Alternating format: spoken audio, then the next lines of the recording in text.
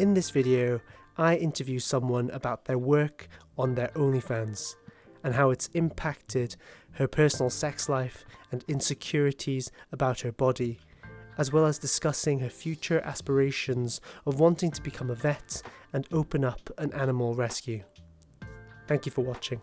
What was your views towards this line of work? Is it safe to say it's sex work? Yeah, it definitely, that's what it is. So how were your views on sex work before you started working, and how have they changed?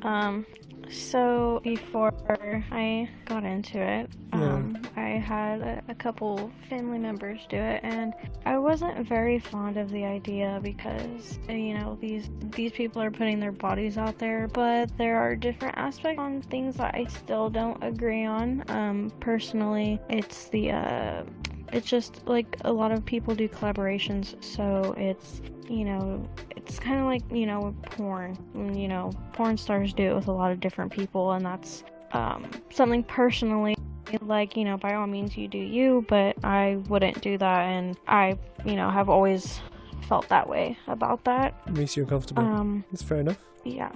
The aspects that have changed are the fact that now, I have a boyfriend, and he actually helped support me and, said, go for it. Like, you can do it. You want to do this, try it out. If you don't like it, you can always stop.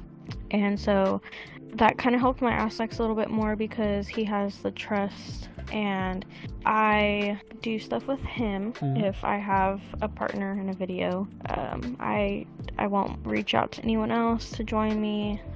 He takes pictures for me sometimes, but I won't personally do anything with anyone else but him for any content. It's just strictly him. So I feel more comfortable that I am not doing anything with anyone else, and that it's just kind of loose, and that people are paying to see me, but at the end of the day, they don't get to do anything to me. They don't get to touch me or anything. So that's where my aspects changed on that. Yeah, that's fascinating. How's it? So tell me about your job.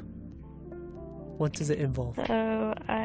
So what I personally do, because you can do different ways, content, prices on your platform, I set my subscription for $10 a month, and basically the subscribers are getting to see lewd pictures, basically tease pictures, and then I offer content to them, but it's an additional cost depending on what it is. The prices vary, so custom videos, pictures, basically whatever they want to see, I go by that. I do, all my pictures are $2 each that are custom or nude, and then depending on how much I show in a video and what I'm doing in a video, how long it is, that's gonna determine the price. So it's really up to them, and they normally don't have an issue with the price. Yeah. How long have you been doing it for? That's what I've done so far. I've been doing it since May of 2020. Right. So that's over half a year. Yeah. Yeah. And I imagine you must have been quite anxious when you first started. I was very anxious. I think that's kind of what caused me to slack off when I first started, because I was like, what if I start this, and, people are gonna, they're not gonna like my body, or they're gonna talk shit, and regardless, there's gonna be people that talk shit on me. It's just, you kind of have to block it out. I'm very open to, people's opinions and stuff, but there does get a point where, you cross a certain line, I'm just gonna end the conversation there. But I think it's actually helped my confidence grow a lot, and I'm not really nervous or anxious anymore when I do it. I imagine it must have been so overwhelming when you first started. Yeah, it definitely was. It took me a couple months to actually make it, and then like I said, I was lacking when I first started, so I wasn't posting a lot. So there's definitely a difference between how much I made then, and I don't make a lot, but it's pretty big difference for what I'm making now versus when I first started. How's the work impacted your personal sex life with your boyfriend? And tell me if that's too intimate. I completely understand. No, it's okay. I don't think it hasn't really impacted us. I definitely know that, like, there could be a lot more content, but I like the private intimacy of him and I in private, so I haven't done a lot of videos with him because that's sole purpose. When I do make videos with him, oh sorry, that's so funny, he just texted me. When I do make videos with him, it's it's still like that romantic intimacy. I just feel like it's kind of taking one of our attention away from the other. Right. Yeah, that makes complete sense, because it's work. You'd have to do it even if you didn't want to. Like, if you didn't really want to do it. Yeah. Interesting. Do your parents know? No. I mean, not that I know of. I can't fully for sure say no, but I have not told them. Are you allowed to say how much you're making now? Yeah. So I go to my statements. So my platform actually does have my statements, so I can see everything that I've made since the very beginning. So in my first month, it was really new, and I set my prices a bit higher because, I was like, this is my body. Basically, like, very, very nervous I didn't want to set it for a low price and people would be like, oh, like, she's selling it, she doesn't think her body's worth a lot, like, it's cheap, blah blah blah. Yeah. So let me see if I can go to what my set prices were. How much roughly were you making a month? So in May, I actually only made $172. Yeah. So when I first started, my subscriptions were $35 each. And I switched it up a little bit because when I first started, I was doing my content differently. So it was $35 a month, and then I changed it to $20 because, I wanted to, I definitely wanted more, I wanted more people to come, see if they were interested, and, if they'll be there for the long run. Yeah. Then I changed it from $20 to $15, and that went through to June, and then in July I changed it to $7. So and I stayed at $7. Yeah. Till this month, I think. Yeah. I think January I changed it to 10. What are some of the biggest downsides to your work? The biggest downsides is that one is that typically more females are insecure about their bodies, so I have my days where I just feel like disgusting, and it's nothing to do with my work, it's just how I view myself and my body, and I just don't think that I am like the image that people like to see. Right. And so that's one. It's heavy. Two is that, yeah, it is. And then the second one is, guys, and I'm not just saying just guys, but because, there's girls that can do it too, but in my situation, it's been mainly guys that will try to get you to lower your prices for them.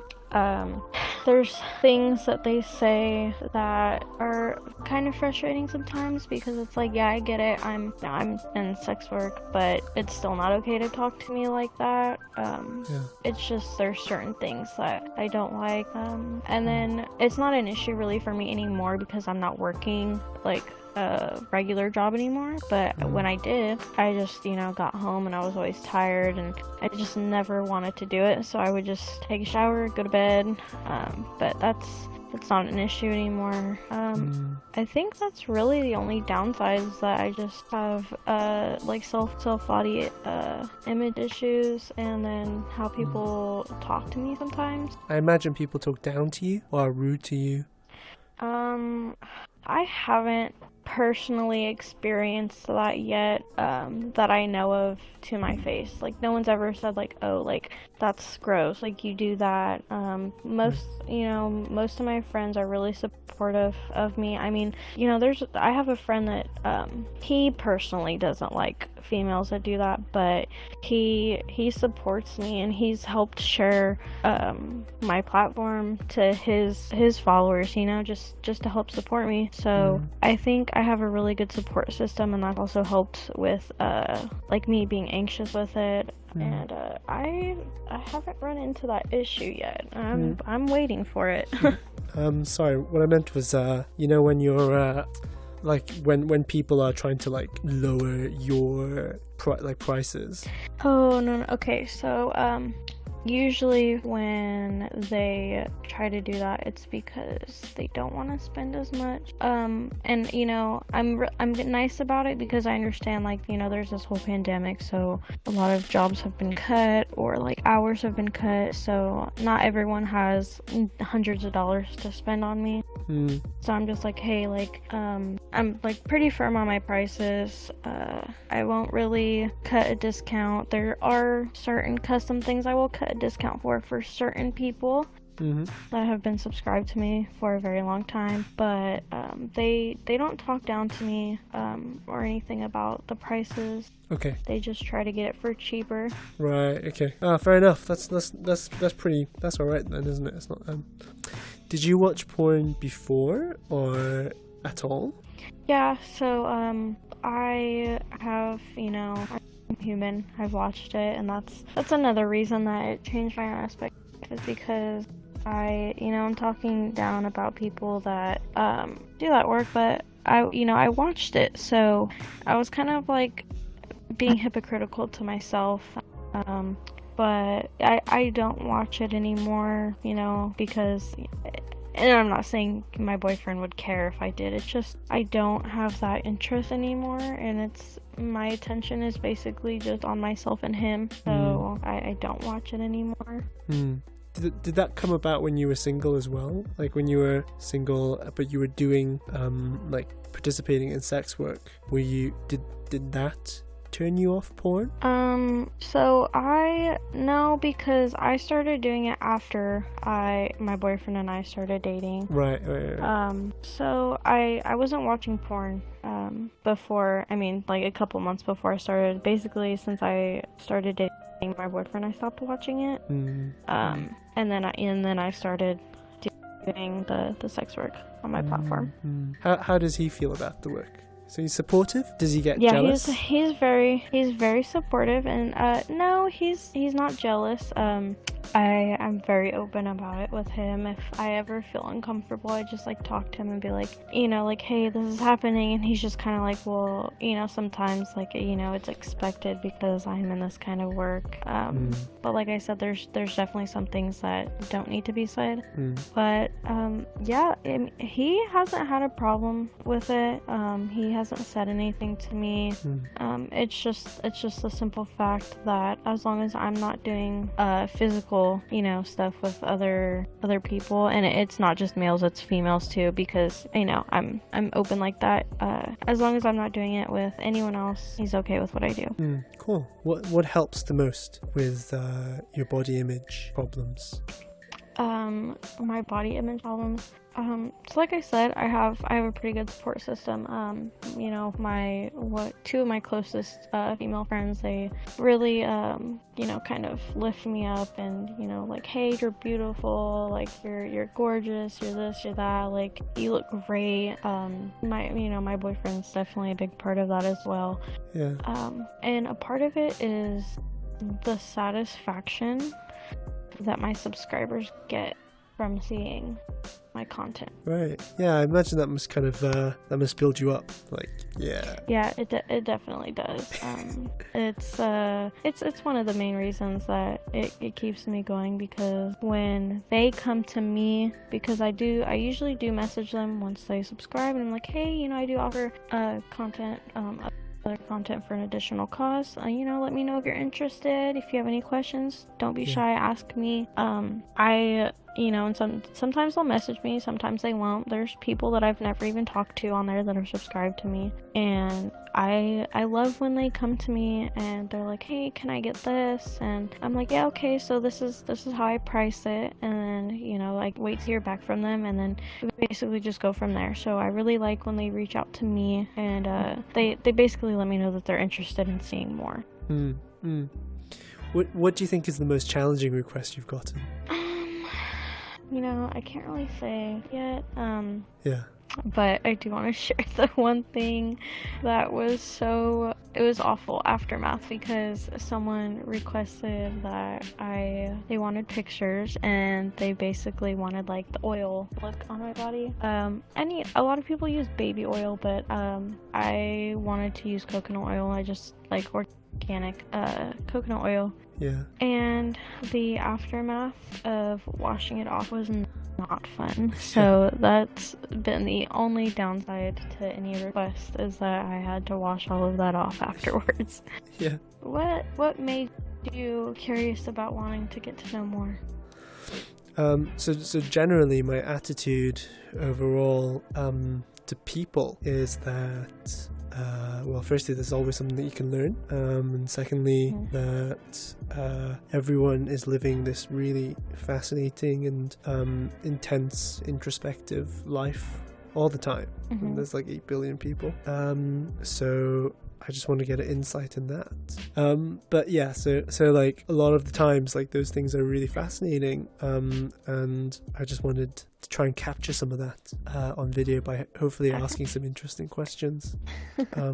Yeah, like for example, like one thing that's interesting for me is that like when I consume pornography, I don't really, it's really easy to objectify people. You don't really ever think about, you're just chasing a dopamine rush, if anything, Yeah.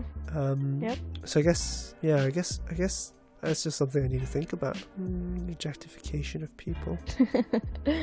Yeah, that's one of the main things about it, is that people think that it's self-degrading, and that like usually they think you have low self-esteem, or that you're making yourself an object, and I personally don't feel that way at all, and I haven't made anyone, like none of my subscribers have ever made me feel that way. A lot of them actually ask how my day is going, how I'm doing. Like they're pretty genuine, the ones that I talk to. So it is quite annoying and I've had a couple instances where, not to me personally, but people have posted on social media a couple different times that I saw people saying like, go get a job, like if you're promoting your said platform, don't like just go out and get a job, and it's very frustrating because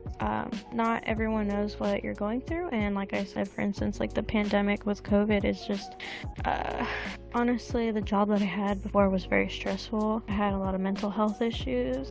I even like physically I had problems, and it was horrible, and I definitely like the fact that I get to work on my own time. I basically work for myself. I get to do what I'm comfortable with, and if I'm not comfortable with it, I don't have to do it. But that's one of the things that people don't understand. And so going back to the things that they have posted on social media, one of them was kind of a personal friend, and I swiped up and I said like, hey, because someone had been advertising and they added him to a story, and I said like, people use that as an income, and if you don't like it, like you don't have to say anything. You can just ask them to remove you from the story. You can just say you're not interested. You don't have to make it into a bigger issue. And he talked to me about it, and he was like, yeah, like I get that. The other one I have had some kind of personal issues with, but we kind of set our differences aside, and we still have each other on social media. But he was the one that said something about to go get a job. And so, I did a little like rant on one of my social medias and basically said, if you're not doing it, like, stay the fuck out of their business. It's not affecting you. How they make their money is not affecting you personally, then don't worry about it. It has nothing to do with you. Yeah. And like I told the other person, if you don't like seeing it, just remove that person from social media. It's not that hard to do. You don't need to put your 2 cents out there about how someone else earns their money. Yeah, I imagine it comes about from it's like because often watching like pornography and things like that are associated with like feelings of shame and guilt, and then that person experiencing that shame and guilt needs to take that and put that blame on someone because it's made them feel bad, and so consequently their way of doing that is to make what they think is the cause of them feeling bad feel bad as well.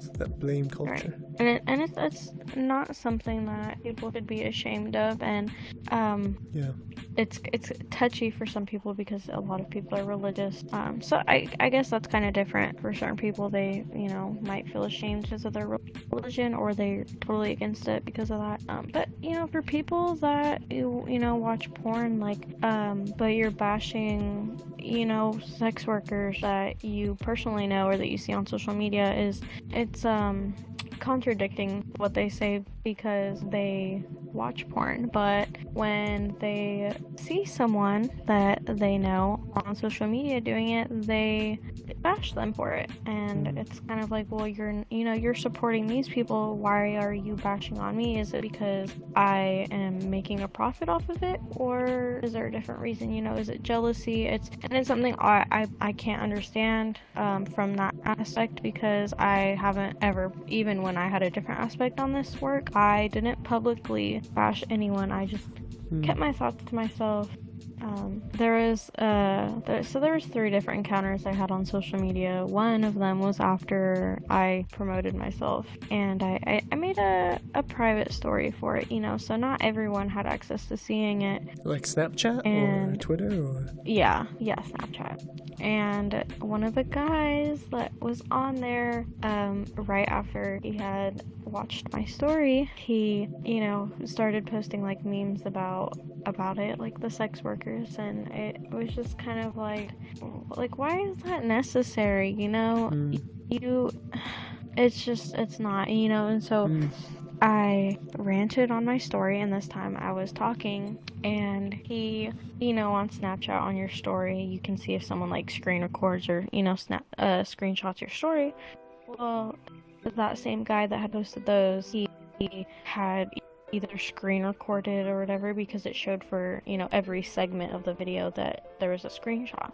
And, so I messaged him and I said, hey, it's showing that you screen recorded my story. Why are you screen recording my story? And he said, I just agree with what you said, and he deleted the memes.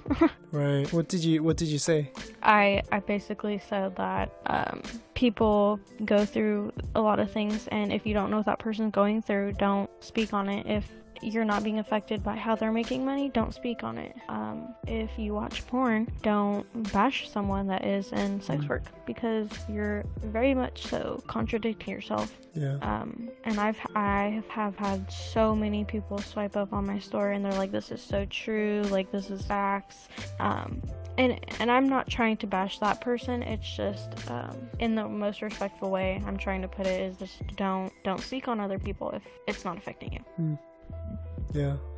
What sort of misconceptions do you think he had? I really don't know.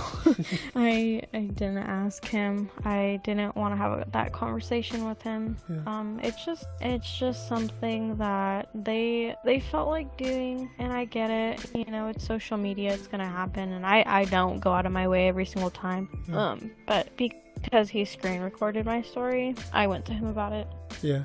He deleted his memes, and then the other guy that I mentioned that posted like, go get a real job, I when I posted that rant, he actually took down his story and deleted it. So I think they definitely felt like they were in the wrong, and they don't completely understand everything about it, so they deleted their stories. What sort of ambitions do you have going forward? Ambition, like with my platform, or just like personally in my life that I want to achieve? I think personally. Personally, I definitely want, I need to make a lot more money. I want to get my own place. I have a couple cars. I'm a car enthusiast, I guess you could say.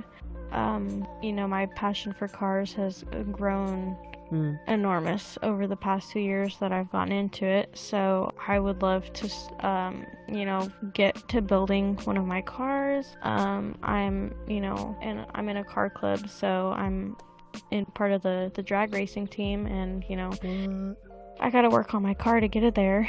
Wait, how are you funding that? Like, where were you working before online stuff? I was working at a sandwich shop. Really? And you could fund being part of a car club?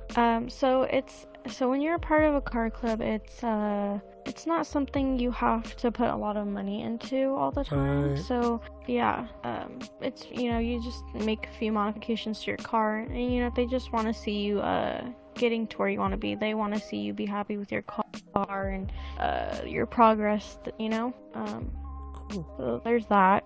I love animals, so eventually I would like to get a cat or a dog or both if I could afford it. And one of my really far-fetched goals in life, if I were to ever get a lot of money, is that I would love to open an animal rescue, just because, I think everyone gets sad when they see ASPCA commercials on TV. But one of my biggest inspirations on that is, I don't know, the show's called Pitbulls and Prolies, but the actual business is called Villalobos Rescue. And that is one of my biggest inspirations because, it basically started off as a family, and then, they take in parolees, people that get out of jail or, that are on probation, and they let them work for them. And it's just amazing, what they do to save these animals. And, that's what I want to do. I want to open my own animal rescue, but I also want to be a veterinarian so that I could, be in surgeries. And I've, been in a vet hospital, and I did a shadow day, and I got to, help with a minor procedure. It wasn't too dramatic or anything, but it was that feeling that I knew that that's what I wanted to do. So, right now I'm just focused on getting income so that I can, have my own place, and then I really want to go back to school so that I can, get on with my career and continue so I can do that.